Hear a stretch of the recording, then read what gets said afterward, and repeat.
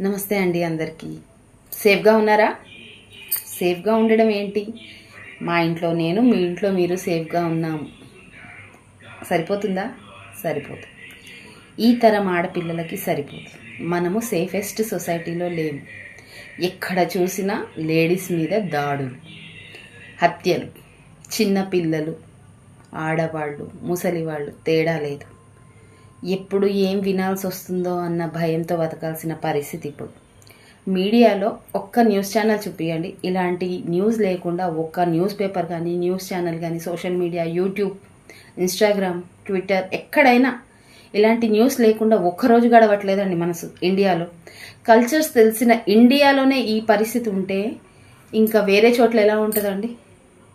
స్త్రీని ఎలా గౌరవించాలి అనేది ఇండియాలో చేస్తారు. వాళ్ళని చూసి నేర్చుకోవాలని ప్రపంచ దేశాలు అనుకుంటున్నాయి. కానీ